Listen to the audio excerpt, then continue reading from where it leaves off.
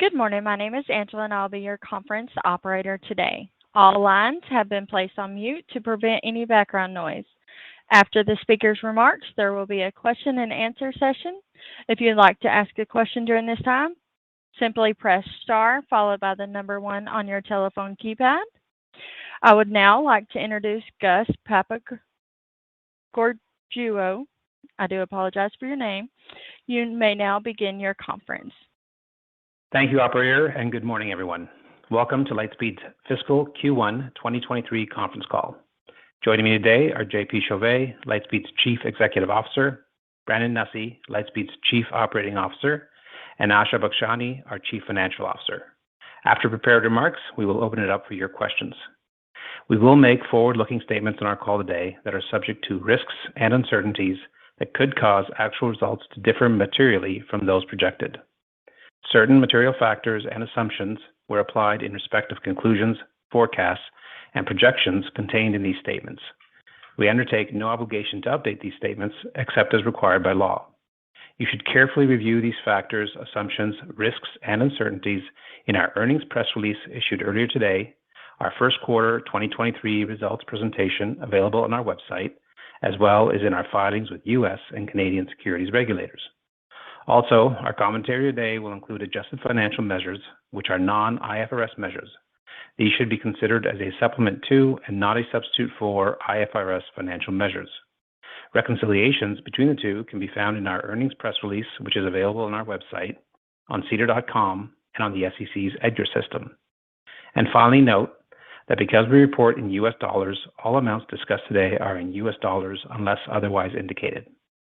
Before I turn it over to JP, I would like to remind everyone that we will be hosting a webcast on our new flagship retail offering, Lightspeed Retail, scheduled on August 30th at 2 p.m. Eastern Standard Time. Please go to our IR website to register. With that, I will now turn the call over to JP. Thank you, Gus, and welcome everyone. Thank you for joining us this morning. Lightspeed reported another strong quarter today, our 14th as a public company, delivering revenues of $174 million, which was ahead of our previously established outlook of $165 to $170 million. Overall revenue grew 50% and GTV grew by 36%. Revenues were strong this quarter as the return to in-person shopping and dining drove demand for omnichannel solutions. We continue to see success in our target markets of complex SMBs, especially among higher GTV customers. And thanks to our strong travel market, our European region, which is heavily slanted towards hospitality, also had a strong quarter. We saw GTV of EMEA growing faster than any other region. In hospitality, we signed several multi-location and marquee customers, including Panos, one of the leading bakery groups in Belgium, with 100 locations, which will adopt Lightspeed's flagship restaurant platform.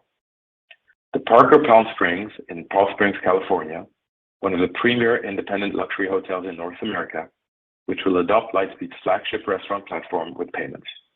And the Holland Group in Covington, Kentucky, secured using our outbound sales force, which will use a host of Lightspeed's offering in their 5 locations, including payments. In retail, we were happy to sign the following customers. Kaloa Ranch in Hawaii, where many of the Jurassic Park movies were filmed, they will adopt our retail offering in addition to e-commerce, analytics, and payments. Long-standing Lightspeed footwear customer, The One, will be adopting Lightspeed payments across their 40 locations in Australia. And within Lightspeed B2B, we were happy to add a world-renowned luxury brand, Michael Kors. We were also very encouraged by the reception of our new flagship products this quarter. I believe we have the most compelling products in the market, particularly for our target customer base. Lightspeed Retail and Lightspeed Restaurant are the result of thoughtful integration of some of the leading solutions in the market built by developers with extensive experience in hospitality and retail software.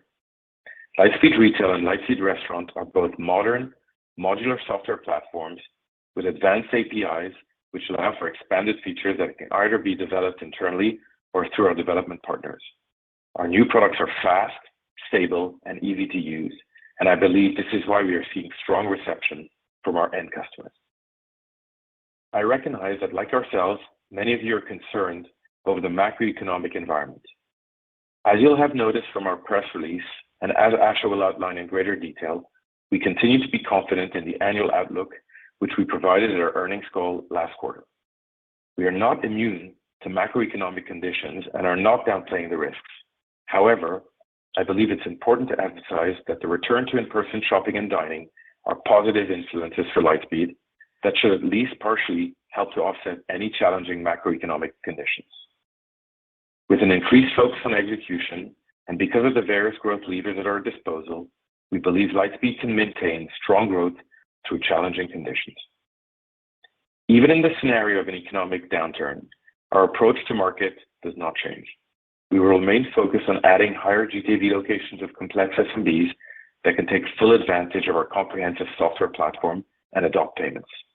These customers generally deliver higher ARPU, lower churn, and superior lifetime value. And in addition, they're much better positioned to weather any economic downturn.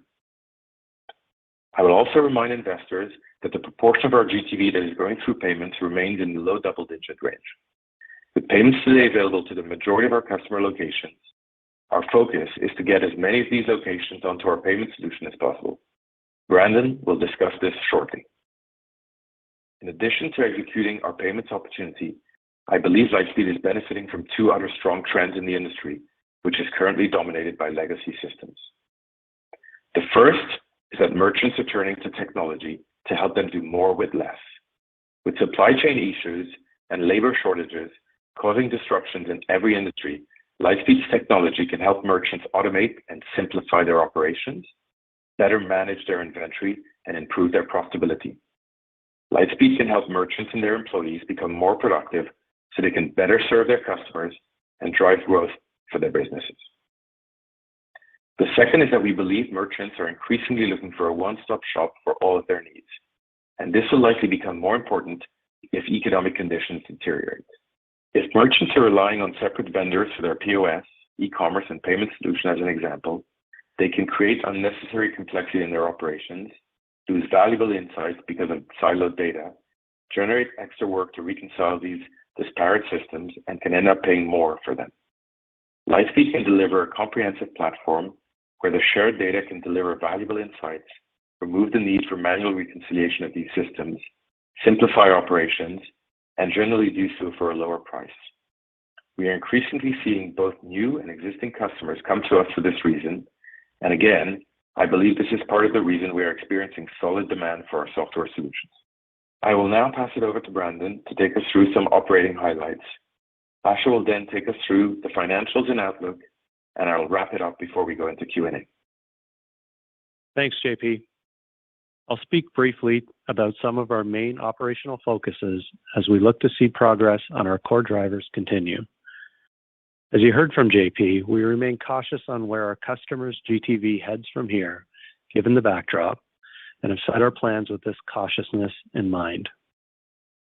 With that said, our focus is on the things we can control, and one of the biggest opportunities we have is to drive payments adoption. Payments continues to trend well for us, with our GPV in the quarter at $3.3 billion, almost doubling year over year. But with over $22 billion of GTV across our business in the quarter, we have plenty of opportunity still ahead. We've made good progress in making our payment solutions available to the vast majority of our customer base outside of Ecwid. And with that in place, we're now doubling down on our efforts to drive payments uptake across our install base, along with as many new customers globally as possible. We have a number of strategies in place to achieve this that incorporate incentives for customers, adjustments to our selling and onboarding processes, and ongoing support from our partners in this space. The timing is right here. With uncertainty looming for our customers, having payments and POS together in a streamlined workflow becomes more compelling to them, helping them to save time and money and freeing them up to focus elsewhere. With ongoing good execution on this opportunity, we believe it will help serve to offset any weakness that may lie ahead within our customers' volumes in aggregate should they face a toughening macro economy. We also remain focused on growing our share of this significant market opportunity. With 166,000 customer locations, excluding standalone e-commerce customers brought on through the Ecwid acquisition, we believe we have substantial opportunities still ahead. And as we've said before, our main focus is on finding and winning the customers with the best long-term value for us. That means more established customers that are less susceptible to churn, that drive good GTV volumes, and that eventually will play an important role in our networked supplier strategy. The customers highlighted by JP earlier are good examples of this. This quarter, we added approximately 3,000 net customer locations as we continued to target these customers that meet our desired profile. We saw our overall churn remain in line with our historical trends. However, I want to provide some further context to this number as we integrate our various acquisitions and get closer to having a single flagship product for both retail and hospitality. With some of our acquisitions, we inherited a base of customer locations that are not representative of our desired profile. Examples of these are customers that have been sold through white label OEM relationships where we will not be able to monetize the GTV, customers in non-core verticals such as concession stands, convenience stores, and food trucks, or customers using a small standalone product with little opportunity for upsell. These customers typically have a lower ARPU than our average, have lower GTV, and do not represent a compelling fit for our supplier strategy. Excluding customer locations acquired through Equid, we estimate that between 1,000 to 2,000 customer locations are churning per quarter in these categories, and we estimate that we have up to 10,000 more that we expect will continue to churn over the next 6 to 8 quarters. This category of churn is incorporated into our plans, and despite this, we expect we will continue to grow our customer location base at healthy levels given the opportunity that lies ahead. I provide this context to be helpful for those who are tracking our overall customer location stat and our related progress on that. And finally, with respect to our acquisitions, I'll speak quickly to our progress on our integration efforts. Our primary focus to date has been on integrating the underlying technology and ensuring a seamless go-to-market effort with the acquired resources. We're pleased with our progress here. Our flagship products are now in market for both retail and hospitality in most of our markets around the world. With that now largely complete, we can finalize our brand transitions, which is important to ensuring we are getting the maximum benefit of our increased scale. This effort, internally called One Lightspeed, is expected to be complete by the end of this calendar year. Other integration efforts we are focused on relate to internal systems, production environments, and customer support centers. We're tracking well on these thus far as well.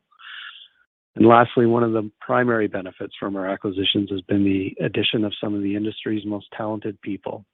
With the integration of these teams into broader Lightspeed now largely complete, we're seeing the output of this effort in our product velocity and on delivering value to customers. These synergies are important as we continue on our path to profitability, will allow us to redeploy resources into areas of growth and innovation while keeping our overall costs in check. I'll pass it over to Asha now to take you through the quarter's numbers and our outlook. Thanks, Brandon. It was another strong quarter from the business. Our omni-channel balance has proven to be well positioned to accommodate the ongoing shift from e-commerce to in-store, and our hospitality presence is benefiting from the rebound in restaurant spend globally. As you heard from JP, we were able to deliver $173.9 million in revenue, ahead of our outlook of $165 to $170 million, with subscription and transaction-based revenue up 38% from last year on an organic basis, and total revenue up 50% overall. First, I'd like to address a few observations about what we saw in the quarter, both positive and negative. Then I'll get into the financial performance for the quarter, including a discussion around our key metrics. Finally, I will end with our outlook for our Q2 fiscal 2023 and for the full fiscal year ahead. The first observation is that the diversity of our business continues to serve us well. And by this, I mean our diversity in verticals, geographies, and revenue streams. Our expanded payments availability in both the EMEA region and for hospitality customers helped boost overall growth this quarter. Whereas in previous quarters, we were more reliant on retail customers and primarily in the North American region. We expect to continue to diversify our revenue base by putting more of our customers on payments, by expanding our international retail customer base through our new Lightspeed retail offering, and by further increasing our North American hospitality presence through our new flagship hospitality offering. We continue to benefit from multiple growth levers, growing our revenue through the combination of location and ARPU growth, and expanding our payments and financial solutions across the almost 80 billion of GTV our customers collectively processed in the trailing 12 months.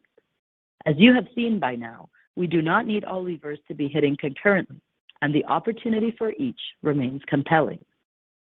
Secondly, I would like to discuss the trends we are seeing in GTV. For the quarter, we saw GTV grow organically by 25% and 36% overall, with hospitality showing stronger growth than retail and EMEA showing the highest GTV growth of any region. In the quarter, our customers processed over 22 billion of GTV. Within retail, we are seeing some of the end market growth decelerate. For the most part, it appears as though the sectors that benefited during COVID, such as bike and home and garden, are seeing lower growth, while end markets such as apparel and footwear that generally saw more challenging conditions under COVID are performing better. We also believe that factors such as rising interest rates and persistent inflation are impacting retail more than hospitality as consumers prioritize spending in areas such as travel and entertainment. Despite this, overall retail GTV still grew 15% organically and 32% in total. Hospitality GTV more than offset this as consumers resumed spending on travel and dining out across the globe. Hospitality GTV grew 40% in the quarter organically. And although we saw a particularly strong uptick in Europe, hospitality GTV remained at healthy levels in all regions. We remain cautious in terms of GTV growth as we believe rising interest rates and higher inflation will impact our end markets. But as Brandon mentioned, increasing our payments adoption, which is largely under our control, can offset any challenges we face in GTV growth. Finally, I will note that this quarter's results, in which we reported 38% organic growth in subscription and transaction-based revenues, now fully lap our easier comparative periods that were heavily impacted by COVID, as well as all of our acquisitions except for New Order and Equid, illustrating the business's ability to deliver strong organic growth while integrating our acquisitions. Going deeper into our results reported today. Overall revenue for Q1 was $173.9 million, ahead of guidance of $165 to $170 million. Subscription and transaction-based revenues for Q1 was $165.1 million, representing 95% of total revenue and growing 38% organically over a year ago. Gross profit dollars grew by 35% in Q1 from the same period a year ago.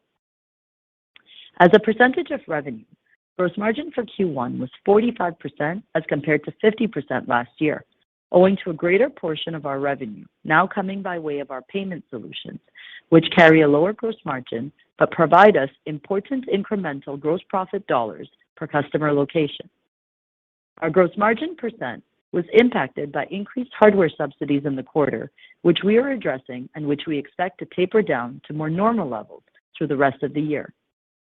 Adjusted Ebitda loss was $15.6 million, in line with our outlook of $16 million. This loss was higher than a year ago, reflecting the impact of the Adjusted Ebitda losses from our recent acquisitions and includes costs associated with our annual sales, customer, and partner summit, which we moved to a virtual format during COVID and which we brought back to in-person this year. Turning to some of our additional business indicators, customer locations, excluding those standalone e-commerce customers brought on through the Equid acquisition, grew to approximately 166,000 from 163,000 a quarter earlier. These customer locations provided ARPU of approximately $320 per location, which is up from $230 a year ago. Subscription-only ARPU was $136, up from approximately $113 a year earlier. Both of these exclude the Equid standalone e-com customer base, which carries a significantly lower ARPU. As you heard from Brandon, net location adds were impacted by the churn in our non-core customer categories, and given our continued focus on the type of customers we onboard, we are pleased with the quality of customers we have successfully added this quarter. Looking at our payments, gross payment volume was $3.3 billion, up 96% from last year and up 48% from our Q4.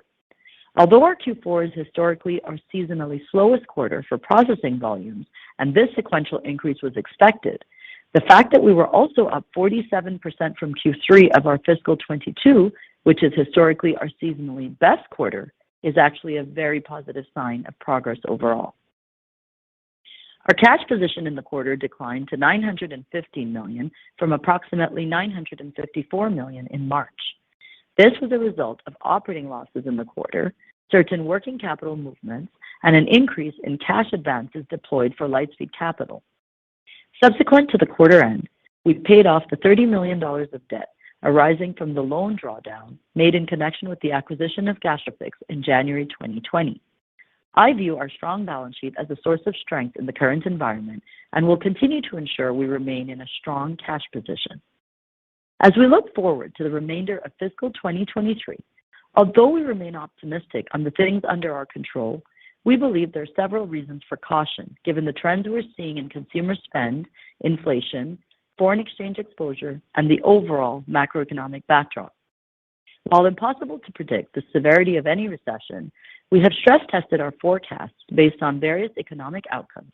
And while we do expect inflation and continued softness in consumer spend will continue for the rest of the year, given our multiple growth levers, the diversity of our customer base, and the payments opportunity ahead of us, we are confident in our ability to meet our previously established revenue outlook.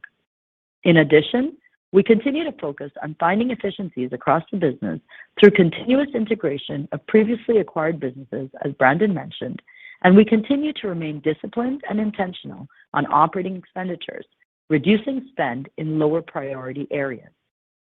For Q2, we expect to achieve revenue in the range of $178 million to $183 million and adjusted Ebitda loss of approximately $10 million. For the full fiscal 2023 year, we maintain our previously established outlook on revenues at $740 to $760 million and adjusted Ebitda loss of approximately $35 to $40 million, or 5% of revenue at the mid-range of our guidance, which has improved from 8% last year. We remain committed to adjusted Ebitda profitability in our next fiscal year.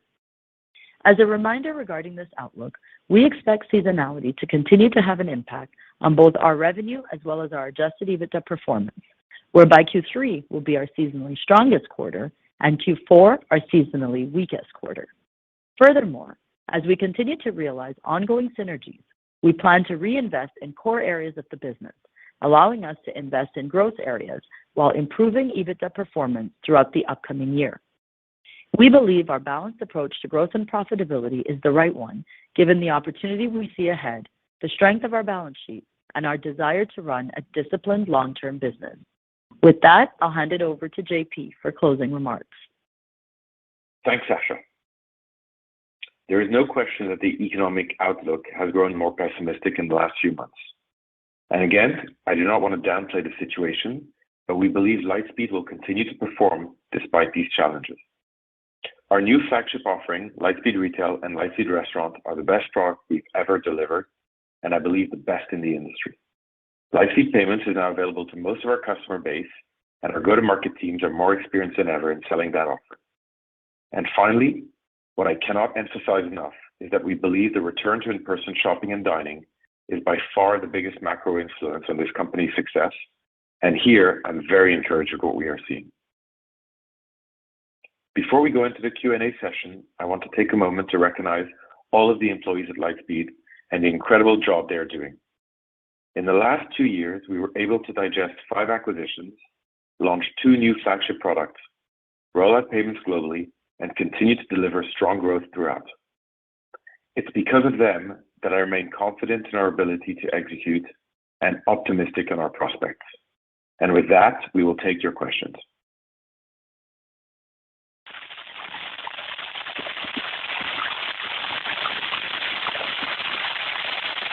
At this time, I would like to remind everyone, in order to ask a question, please press star, then the number 1 on your telephone keypad.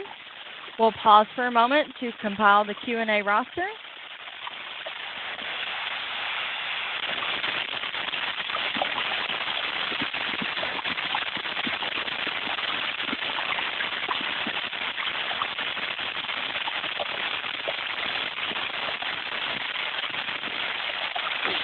will now take our first question from Dan Perlin with RBC Capital Markets.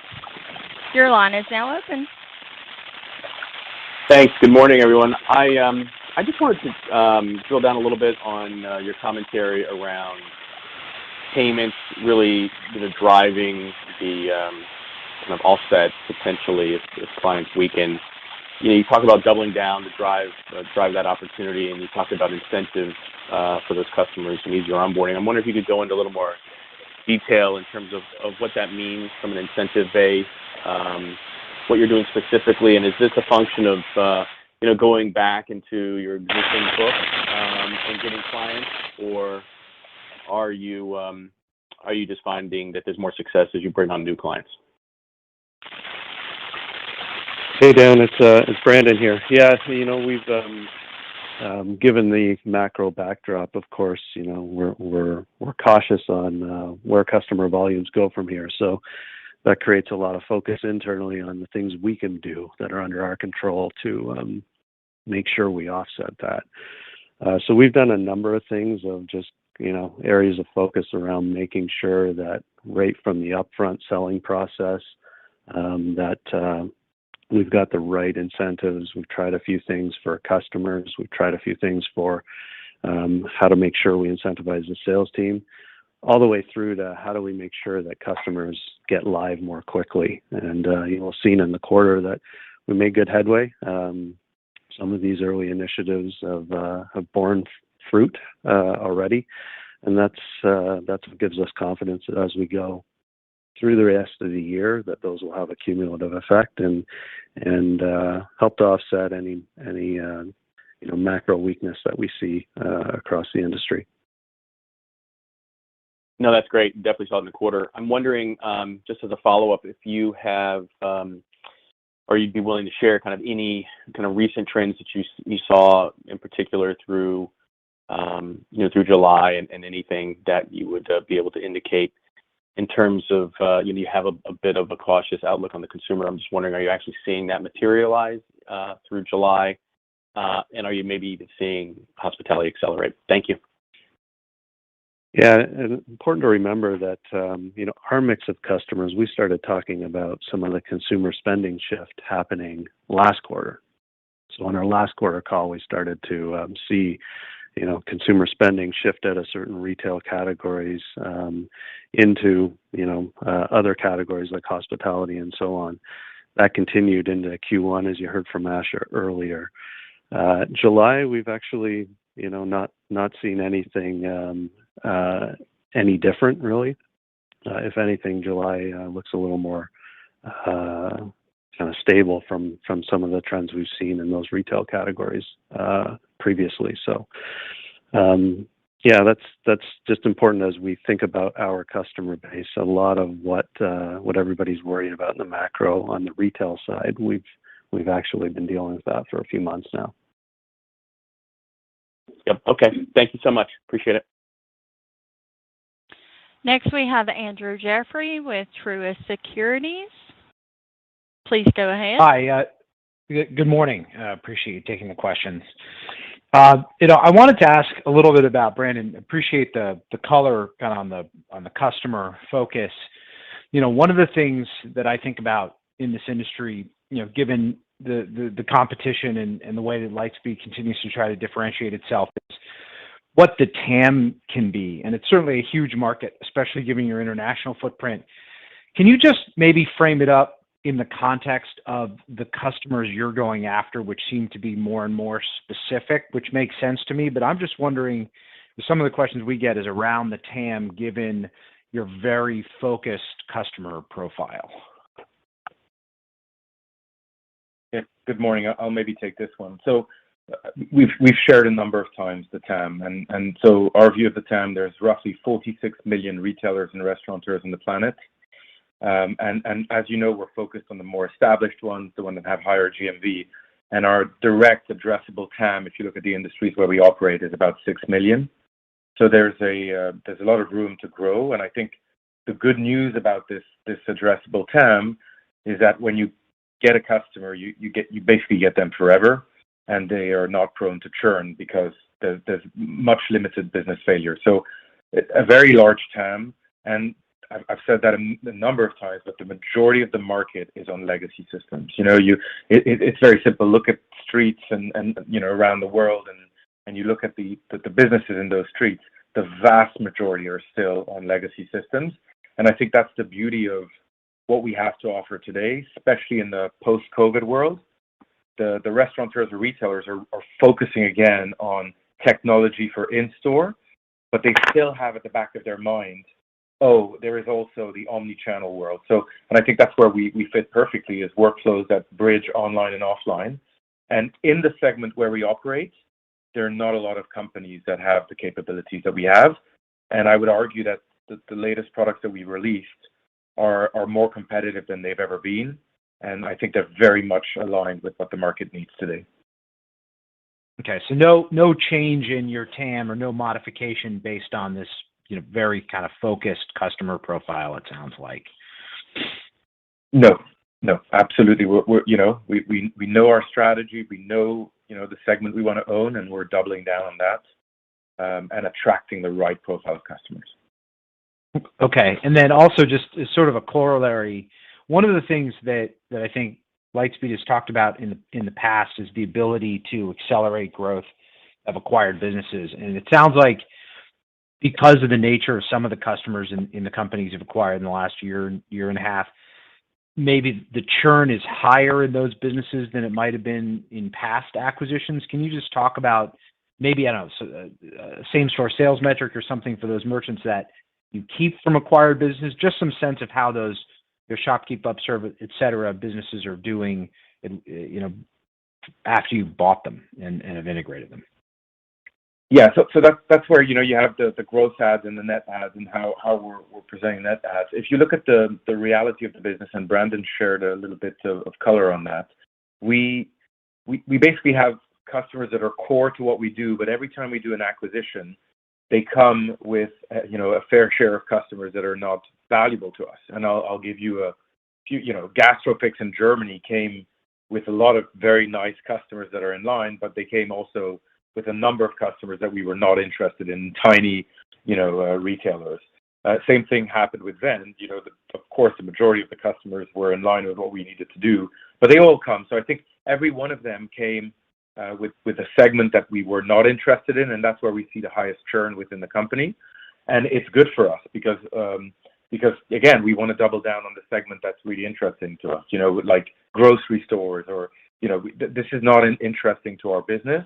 And so we're going to let them churn, and that's why what you're going to see is you're going to see heightened churn in the segments that are not interesting to us from the acquisitions, and then you'll see us really double down on the customers that are very strong to us.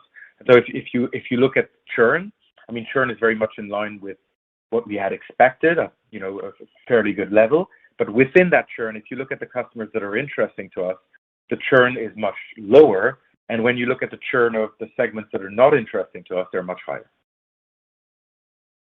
Appreciate the color. Thank you. Yeah. Your next question comes from Josh Beck with KeyBanc. Your line is open. Yeah, thank you for taking the question. One thing I wanted to ask about was the pace of penetration and payments.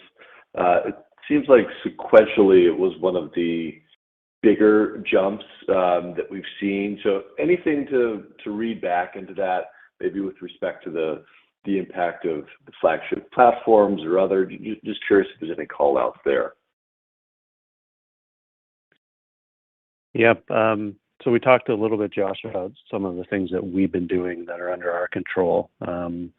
And that meant sort of, focusing on top end of the funnel to make sure we attach well. Flagship products in retail and hospital, we see really strong attach rates there.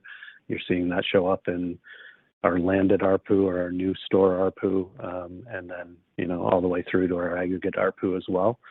We've also, we just have this tremendous opportunity inside our existing base of customers. And we've taken on a number of initiatives to bring focus to how we convert those, how we do it quickly, and how we make sure they get transactional quickly as well. So, yeah, some good progress in the quarter on that. Obviously, a lot more to do, but pretty pleased with the early outcomes on some of those initiatives for us. Maybe Brandon, do you mind if I just add a comment here? We recently launched Europe and Australia on payments, and there's always a delay between the moment you start selling well and then you control the whole flow of customers. So I think here what you're seeing is a result of just the company globally selling and onboarding and processing and delivering payments at the right pace, and so I think that for us that's why we're very encouraged by the progress here. That makes a lot of sense. And then I also wanted to follow up on the organic growth. I believe it was 38%. Obviously, that's right towards the middle of your longer term model. I think in the quarter, I think it was around 11% location growth, so that would imply a little bit better than mid-20s growth on the ARPU side. Is that the right algorithm for us to think about? I don't really expect the guidance, but just kind of curious on how we should be framing that up, moving forward. Hey, Josh. Yeah, totally. That is the right way to look at it. We've committed to 35 to 40% organic growth in the year, and given the payments initiatives that both Brandon and JP talked about that we've launched and we see continued success so far, we are confident in that annual 35 to 40% guidance, and that 38% is right in the middle of that. One thing that we should be wary of, or we want to remind the public of, is we had a very strong Q1 last year. We had an exceptional quarter last year, with strong uptick for the verticals where Lightspeed is strong, and despite that, we were able to grow 38% year over year on an organic basis. So that's definitely the right way to look at it. Thank you. Thanks, team. Next question comes from Andrew Botch with SMBC Nikko Securities. Please go ahead. Hey, good morning, guys, and thanks for taking the question. Just wanted to touch upon the B2B network and some of the early feedback that you're hearing from clients. And thinking about this in the full context of the year, can we consider any contributions from that in the full year guide, or when does that you guys anticipate it to kind of start gaining more traction? Yeah, good morning. So I'll maybe address this one. So as we said, when we did our forecast this year and for next year, by the way, we are not expecting a lot of revenues from the B2B network. The B2B network for us is an investment where what we're expecting to see is a much more competitive platform, if you will. And what we're expecting is that over time, we're going to start building revenues. So here, just being very clear on the launch, what we did for now is we've integrated New Order into the Lightspeed platform. And now for the luxury brands that are on New Order, we enable anybody to do an integrated ordering from the storefront, which is pretty game-changing. We enable the stores also now to have an automated descriptions and videos and pictures of the items they order instead of doing it manually. And then on the flip side of that, what we're doing now is we're enabling the brands to access sell-through on a consolidated basis for small businesses. So what we're enabling them to do basically is to sell through an SMB network and have the same level of feedback as if they were selling directly to consumers. So that's the first step for us, and this is really now focused on the key brands within New Order. And we decided to take that approach so that we can learn and we can iterate and we can create value. And what we're seeing so far is that there's a ton of value for the store owner, because for them it just saves them time and it makes the automated view. And the real value for the brands is the sell-through. Now, for us, this is a step one. But then as we go forward in this year, and you'll hear more about other verticals, we want to deploy verticals that are strong to Lightspeed, not just luxury brands, but we want to try and deploy outdoors and sports and do some service repair. So we are right now building the plans. Now that we have the plumbing that's done, we have the first few customers that are using it, and we have the feedback. We're now going to start building a plan on what verticals do we tackle when, and you can hear more from us, in the next quarters where we'll be progressing there. But again, being very clear, we are not expecting anything. This is an investment zone for us, and with a horizon of probably 24 months before we start seeing some material revenues. But we think it's game changing because if we do this right, we are going to solve a really big problem for our customers. Yeah, absolutely, and could definitely be a solution that drives more stickiness in the platform. I know it's a really small piece of the business right now, but the $9.4 million in cash advances, up 49% quarter over quarter. Where do you guys see that going over the next year as your base may need additional working capital to kind of keep things afloat in uncertain times?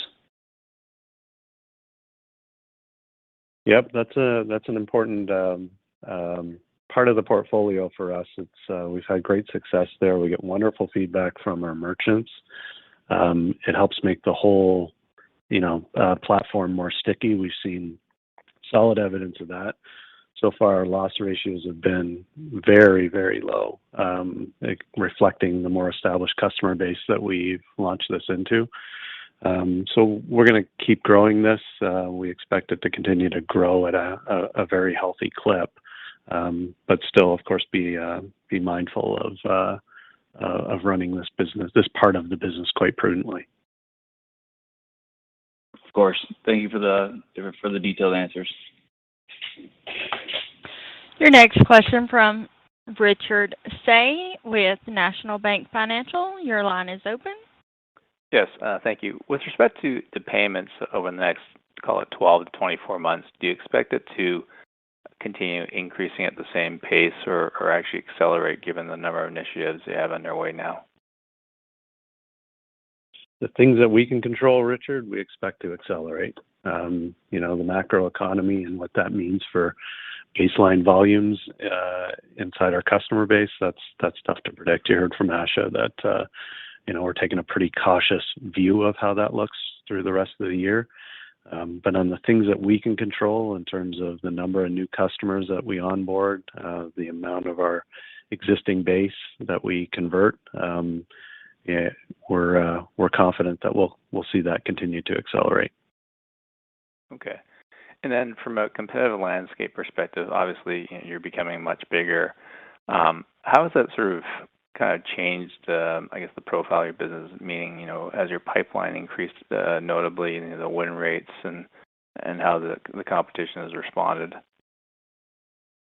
Yeah, so I'll take that one. Look, as you know, we have this strategy to one product. So one product in retail, one product in hospitality. We've now launched, most products, but now we're tackling the biggest market for us, which is the U.S. And so if you look at our retail platform, we are launching this in the U.S. We launched a few verticals, and what I can tell you is the verticals that we launched are doing extremely well. We see better close rates, we see higher ARPU, we see better attachment payments. So, and that's obviously because we've mingled the core software and the core payments very well in the new platforms. So I think for me, the way we look at this is we've never been more competitive with the products. The gap between us and our competitors has broadened, and we see better close rates on the new products when we launch them. Okay, and just last a quick one here. You're still talking about break-even Ebitda next year. Where is most of that sort of operating leverage going to come from when it comes to the OpEx line? Hey, thanks, Richard. Most of that operating leverage really comes from the integration of our different acquisitions that we've made over the past few years. As you've heard from us, we're being very rigorous and disciplined in our spend, but at the same time, we have so much opportunity as we integrate, all the different companies that we've bought over the last 2 years. Integration leverage comes from not only teams and integrating our people, but also from contracts. When you think about things like AWS and Google Cloud infrastructure contracts, where all of these companies had their own separate contracts, as we consolidate those and we get volume, we get more volume, we get much better rates. And so as we continue those integration efforts, we're starting to see more and more of that operating leverage. Perfect. Thanks for the color. Next up, we have Daniel Chan with TD Securities. Please go ahead. Hi, good morning. Just want to get some color on the full year guidance. The Q1 revenue came in above the high end of your expectations. So just wondering what you're thinking about for the rest of the year to keep it flat despite the Q1 beat. Right. So, thanks, Dan. We're obviously being cautious, with respect to everything that's going on in the macro environment. And as you've heard from Brandon, there are things that we can control, which is, how many customers we migrate on to our payments platforms, how quickly we get customers transactional. Those things that are under our control, we feel very good about. We have these initiatives that we've launched recently, and we're continuing to see success with those initiatives. However, things like retail spend from an average GTV perspective, things like hospitality spend, how inflation will impact consumer spending, these things are out of our control. And for those reasons, we want to make sure that, we're cautious in our guidance and that we put guidance out there that we're very comfortable in achieving. That's helpful. Thank you. And then I appreciate the color you guys gave around what you're seeing with consumer spending, your caution around there. Any color on the willingness of merchants to adopt or invest in new technologies given the macro uncertainty? Just any change in KPIs you can share with us, such as like inbounds, conversion rates, et cetera, would be helpful. Thank you. Yeah, so I think for me, it's very simple. As we go into a recession, potentially, we have scarcity of hiring people. The vendors basically need platforms that can do more with less, and so I think that's exactly what Lightspeed is about. Doing more with less. So I think here what we're seeing is we're seeing demand for platforms really strong like ours. The second thing we see is that vendors want to consolidate onto one. So you might have vendors that have an e-com and then have Lightspeed and maybe have a payments provider, and then they might have a loyalty provider. What happens when there's a recession? You normally try and bundle more platforms with one vendor at a lower cost of acquisition. And again, here we're very aggressive on bundling and proposing discounts based on bundles so that people buy the platform. So I think for me and as we said, we're cautious, but there's a lot of green fields, and there's a lot of people who need platforms like ours. Thank you.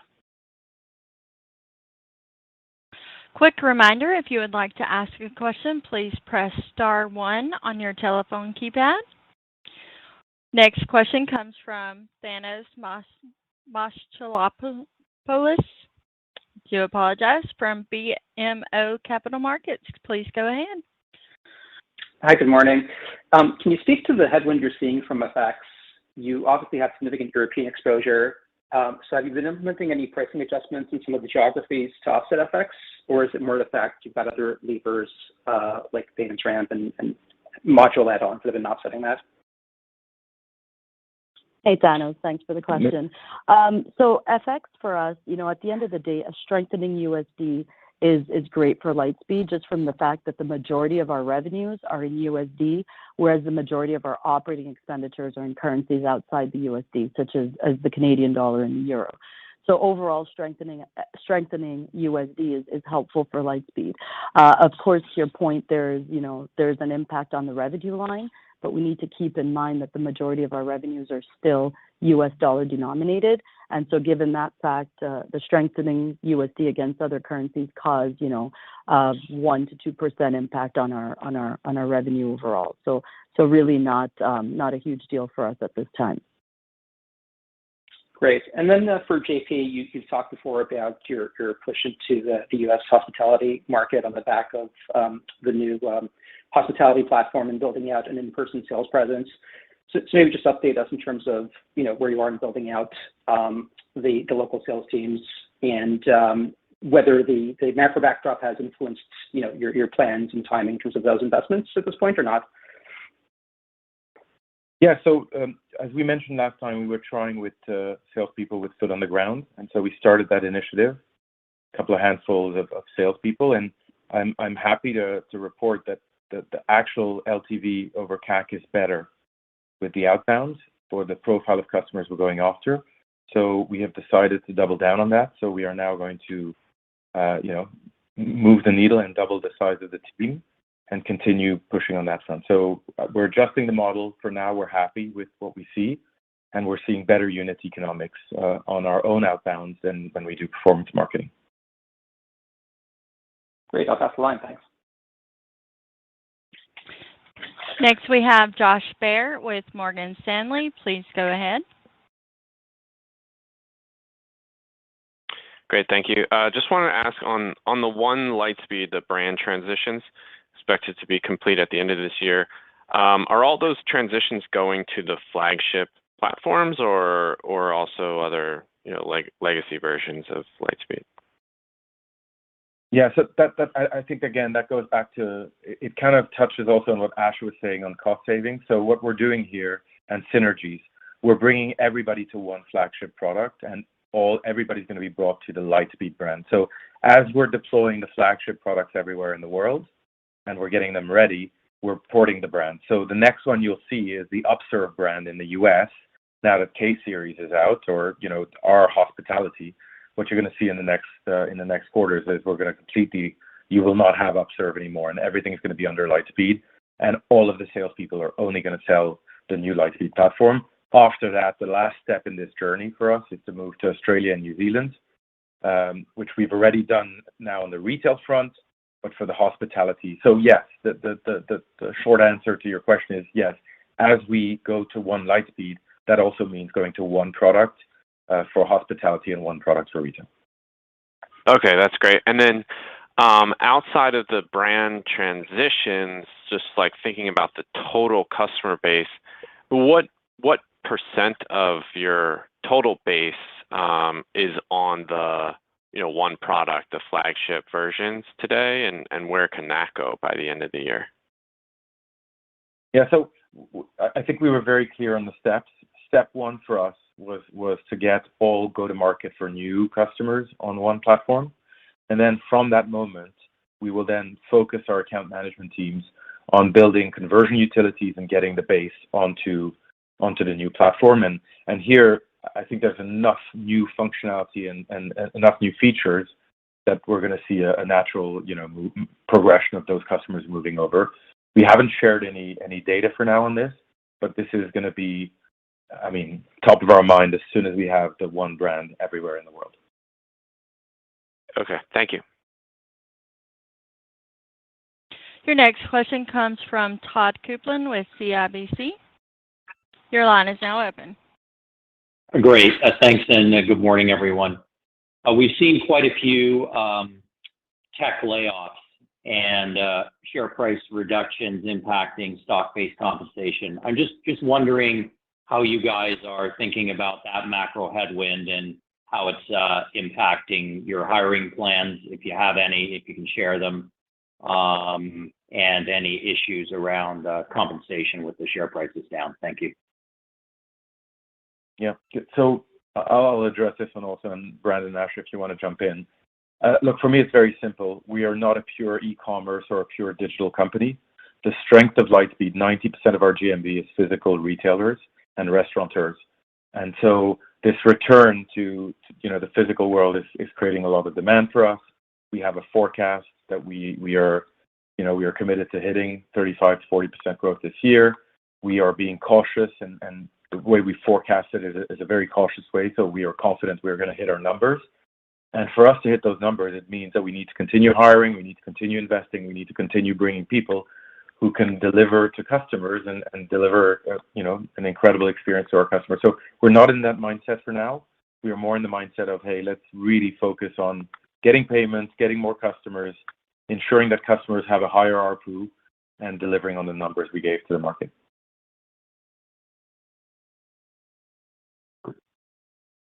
That's great. And then as a follow-up, you performed really well in Europe in the quarter, citing hospitality and people traveling. As we think through the summer and these macro headwinds that you're talking about, some concerns on Europe. Is there anything for us to think about for that region into the fall? Yeah, so I think again, for me, the answer here is Lightspeed is well balanced. we work in retail and hospitality and golf. We work across all continents, and we've seen that even through COVID, when one area was not doing well, the other one was doing well. Well, golf was not doing well, hospital was doing well. And so I think for now, maybe the short answer is we're seeing a ton of demand in Europe for platforms like Lightspeed right now. We're seeing strong GMV in the hospitality front. And the growth rates are good and the demand is good. And what's really interesting is, we launched now also our X Series product, which is our retail product in the UK and some regions of Europe, and we're seeing a really strong demand there for the new platform. We think it's much more competitive than the previous one. Great. Appreciate the color. Thanks a lot. Next question comes from Tim Chiodo with Credit Suisse. Please go ahead. Great. Thank you, everyone. Good morning. I just want to circle back real quick on the guidance and the FX impact. Asha, I completely appreciate that most of the gross revenues are more North America based. I think when we go down to gross profit or net revenue, it still holds, but maybe to a lesser extent. Just with that context, could you maybe just give some context on what was the FX impact in the original guidance for revenue for the year, and what is the FX impact in the guidance today? So just so we can get a sense of how much incremental FX impact that you're working in and still able to maintain the revenue guide. Hey, Tim, thanks for the question. Just like I mentioned earlier, on a net revenue basis, you're right, the mechanics are slightly different, but overall, at the end of the day, the majority of our payments revenue is still coming by way of North America. So even though we are diversified, the majority of the net revenue is still US dollar denominated.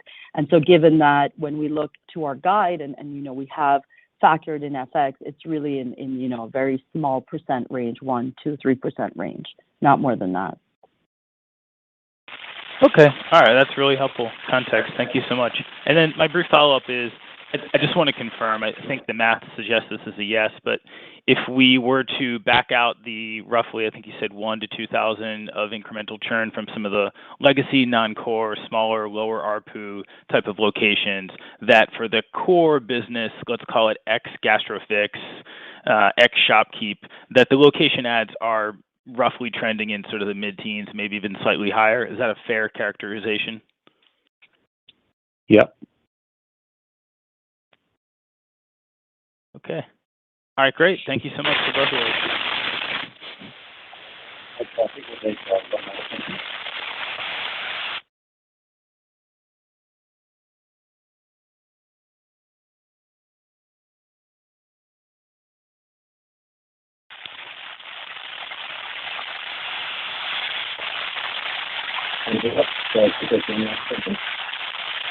Our last question comes from Clark Jeffries with Piper Sandler. Please go ahead. Hello. Thank you for taking this question. One brief one for me. Just has there been any change in the approach to integrated payment partners, the partners that you negotiated rev share agreements? As I try to foot Lightspeed payments, GPV to typical take rates, seems like there's a pivot happening there, but maybe you could help me out with any other dynamics playing out in the non-Lightspeed transaction revenue. No, nothing new there. I think our core partners are those remain the same, and all of the incremental business basically flows through to those core partners. We do have the legacy, call it referral line, from prior to our launch of Lightspeed Payments, and of course that revenue line continues to decline, and we expect that to continue. So that might be what you're seeing is, while our overall payments and our overall GTV is growing, we do have this declining line that's within that overall transaction-based revenue line, and perhaps that's what you're seeing. Perfect. And then if I could maybe squeeze one in, and any update to how you're thinking about the approach and go-to-market in the macro environment? I know you were investing in direct or field sales initiatives as part of the flagship releases.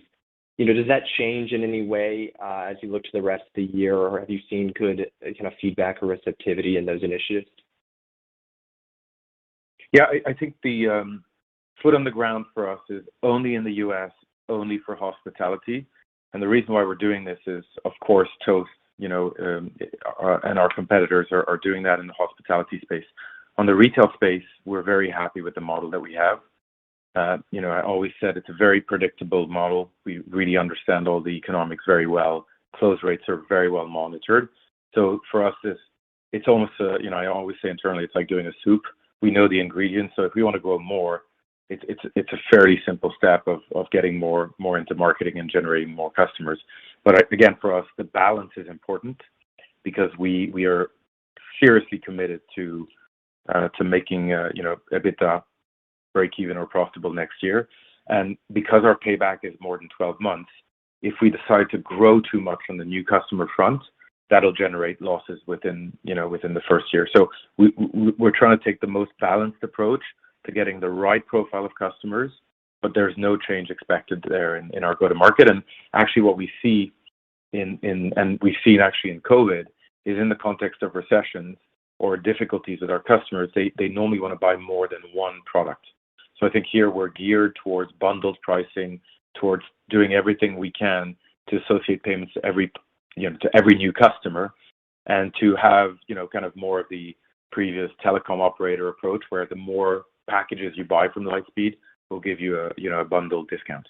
And I think that should work well in the context of a potential recession. Appreciate it. Thank you very much. Thank you for your participation. This conference has concluded. You may now disconnect.